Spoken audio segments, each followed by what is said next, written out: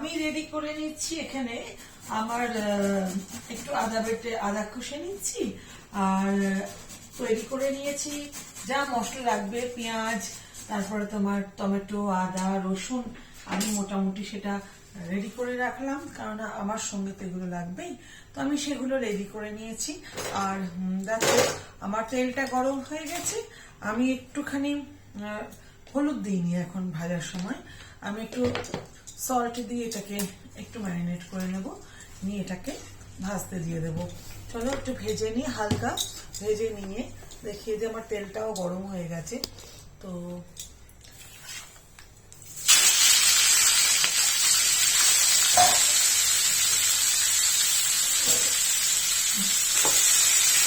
এই বাগদা চিংড়িগুলো মানে টাইগার প্রনগুলো হলুদ লাগে না কি সুন্দর একটা তেলে দেওয়ার সঙ্গে সঙ্গে শুরু হয়ে যায় লাল রং আসা এই যে লাল রংটা আসছে এটা হতে হতেই আমার ভাজাটা হয়ে যাবে একটু হালকা ফ্রাই করতে হবে না হলে এর একটা কাঁচা যে গন্ধ থাকে সেটা না হলে হবে না ঠিক আছে ঠিক হবে না তো আমি সেটা করে নিচ্ছি দেখছো নিশ্চয়ই লাল রংটা হয়ে গেছে একদম খুব সুন্দরভাবে বাগদা চিংড়িগুলো লাল হয়ে গেল আর এই ফাঁকে দেখাই যে আমি কি করে একটু আলু সেদ্ধ করে রেখে দিয়েছি সেই আলুর জলটা ঝরানো হয়ে গেছে মোটামুটি আমার প্রিপারেশনের যা যা লাগবে আমি তা রেডি করে রেখেছি ডালনা করেছি যখন আলু দিয়ে তখন সেটা ডালনাই করবো এইটা আমার ভাজা হয়ে গেল আমি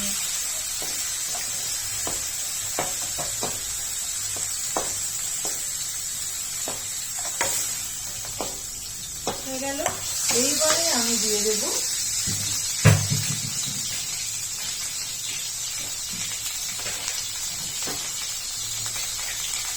একটু দিয়ে ফোড়ন দেবো তো মশলার সামনে রেডি আছে আর এটা আমি ভেজেছি বটে এইতে কিন্তু আমি একটু সর্ষের তেল ব্যবহার করবো এই ডালনায় সর্ষের তেলটা ভীষণ মিষ্টি মানে গন্ধটা খুব ভালো আসে দেখো কষ্ট কোনো তেল রয়েছে জাস্ট এক চামচ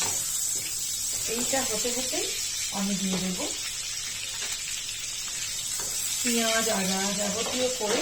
আমি তোমাদের কাছে ফিরে আসছি রান্নাটা বসিয়ে দিই হয়েই গেছে মোটামুটি খালি এই জিরেটা একটুখানি চটপটা হয়ে যাবে খুব সুন্দর স্মেল আসবে তখনই আমি তেজপাতা অত খাই না ব্যবহার করি না জাস্ট জিরে এবার আমি যে কেটে রেখেছি পেঁয়াজটা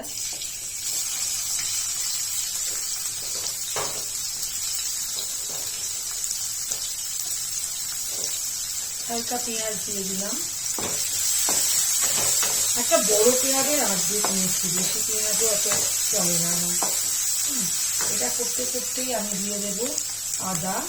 আর এই যে টমেটোগুলো গোটা গোটা কেটে রেখেছিলাম সেই টমেটো এটা ভাজা হোক আমি ততক্ষণ মশলাগুলোও দিয়ে দিই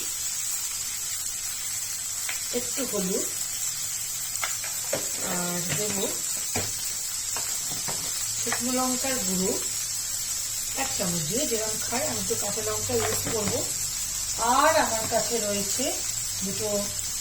রসুন আমি গোটা রসুন এখন দিচ্ছি নামানোর আগে দুটো আমি ওর সঙ্গে ব্লেন্ড করে দিয়ে দেবো মোটামুটি এবার এই টমেটোটা গলানোর জন্য আমার একটু সল্ট দরকার হবে আমি একটু সল্ট দিয়ে নিই যাতে একবারেই দিয়ে নিলাম সঙ্গে কি দরকার হবে একটু চিনি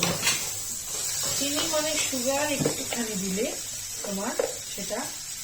ব্যালেন্স করে নুনটাকে বেশি লাগবে না তোমাদের সঙ্গে করতে করতেই আমার মোটামুটি হয়ে যাচ্ছে রান্নাটা কমপ্লিট দেখো রং ছেড়ে দিয়েছে আমি একটু জিরে দিয়ে দিই জিরেটা লাগে জিরের গন্ধটা ডালনা একটু ভীষণ সুন্দর একটা এসেন্স আসে এই মোটামুটি দেখো টমেটোগুলো গলেই গেল এইবার করবো কি আমি যেগুলো নিয়ে রেখেছি চিংড়ি মাছ, দেখতে পাচ্ছ, দিয়ে দিলাম।